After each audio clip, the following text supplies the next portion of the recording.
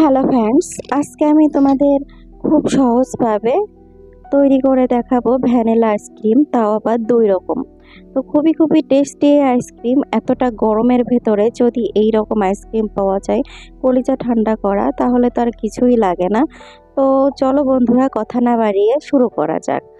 তো আমি এখানে ফার্স্ট টাইম নিয়ে নিচ্ছি 1 লিটার দুধ, কারণ আমি এখানে দুই রকম আইসক্রিম যেহেতু বানাবো, তার জন্য আমি এখানে 1 লিটার দুধ নিয়ে নিচ্ছি। আর অবশ্যই এই দুধটি আগের থেকে জাল দিয়ে ঠান্ডা করে রাখতে হবে, না হলে কিন্তু এই রেসিপিটা হবে না। আর অবশ্যই ফুল ক্রিম, খুব ঘন দুধ লাগবে। তো আমি এখানে 1.5 লিটার দুধ নিয়ে জ্বালিয়ে 1 লিটার বানিয়ে রেখে দিয়েছিলাম, সেটি আজকে তোমাদের মাঝে শেয়ার করছি। তো আমি এই ঠান্ডা দুধের ভেতরে, আমি চুলা কিন্তু এখনো ওপেন করিনি, আমি এখানেই দিয়ে দিচ্ছি কৌটার যে ঘন দুধ হয় সেইটা। তোমরা অনেকেই এটা বোঝো না, তো আমি এর জন্য এটিকে বাংলায় বলে দিলাম। আমি এখানে প্রায় 3 চা চামচের মতো নিয়ে নিচ্ছি। তোমরা যদি এই মিষ্টিটা পছন্দ না করো, তাহলে চিনির মিষ্টিটাও তোমরা দিয়ে খেয়ে নিতে পারো। তো আমি এখানে 3 চামচ কনভার্ট মিল্ক দিয়ে দিচ্ছি। দিলে পরে খুবই টেস্টি এবং ফ্লেভারটা খুবই ভালো আসে। আর এখানে অবশ্যই তোমরা দেওয়ার চেষ্টা করবে একটা ডিম, নর্মাল টেম্পারেচারে রাখা একটা ডিম অবশ্যই দেওয়ার চেষ্টা করবে, এবং ঠান্ডা দুধের ভিতরেই দেওয়ার কিন্তু চেষ্টা করবা। গরম দুধের ভিতর দেবা না, তাহলে ছানা ছানা কেটে যাবে ডিমটা। একদম ঠান্ডা দুধের ভিতর দিয়ে খুব ভালোভাবে নেড়ে চেড়ে নিতে হবে। তো বন্ধুরা, আমার এই রেসিপিটি যদি ভালো লেগে থাকে অবশ্যই তোমরা সাবস্ক্রাইব করে বেল বাটনটি ক্লিক করে রেখো। আর যদি এই রকম আরও রেসিপি তোমরা দেখতে চাও অবশ্যই আমাকে জানিও।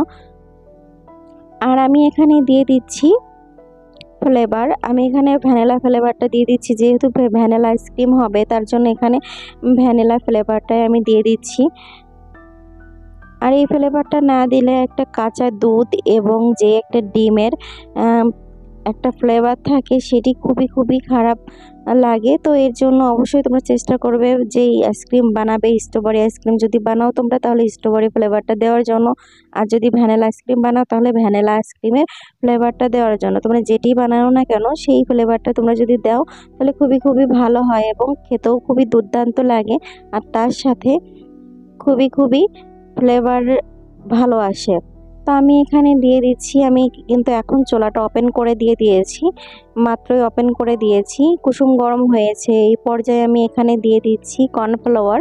তো তোমরা অনেকেই কর্নফ্লাওয়ারটা চিনো না, কর্নফ্লাওয়ার বাজারে অ্যাভেলেবেল পাওয়া যায়, খুবই অল্প টাকায় কিনতে পাওয়া যায়। অবশ্যই তোমরা চেষ্টা করবে এই কর্নফ্লাওয়ারটা রাখার জন্য, তাহলে আইসক্রিমটা খুবই ভালো হবে।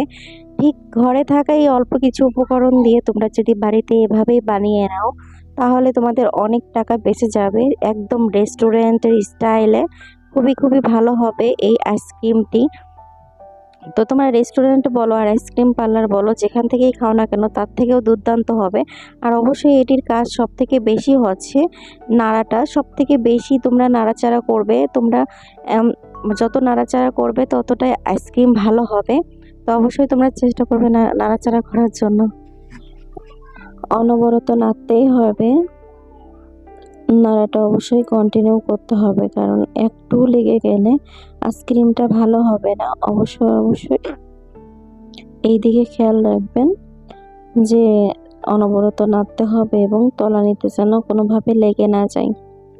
তো আমার হয়ে গেছে, বেটারটা কতটা ঘন হয়েছে আপনারা সেটা দেখতে পারছেন।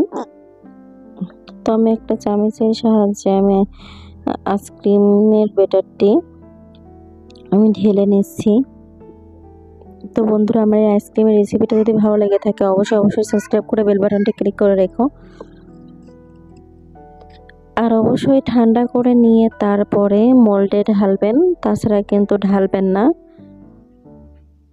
গরম থাকা অবস্থায় যদি ঢালেন তাহলে কিন্তু নষ্ট হয়ে যাবে আইসক্রিমটা, অবশ্যই সেই দিকে খেয়াল রাখবেন। আমি আইসক্রিমটি মোল্ডে ঢেলে নিচ্ছি, আপনারা চাইলে বাটিতে সংরক্ষণ করে চামচ দিয়ে কেটেও খেয়ে নিতে পারেন। আর যেখানে বেঁচে গেছে সেটা আমি একটা বাটির মধ্যে রেখে দিব। এটি আপনারা চামচ দিয়ে কেটে বিভিন্ন শেপ করে নিয়ে খেয়ে নিতে পারবেন। আপনাদের কোনো ফমি ভাবও করা লাগবে না।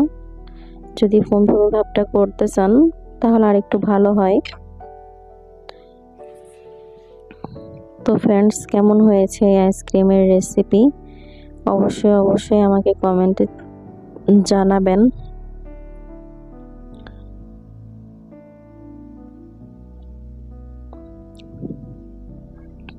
তো ফ্রেন্ডস, ভালো থাকবেন আপনারা সবাই। আল্লাহ হাফেজ, বাই বাই।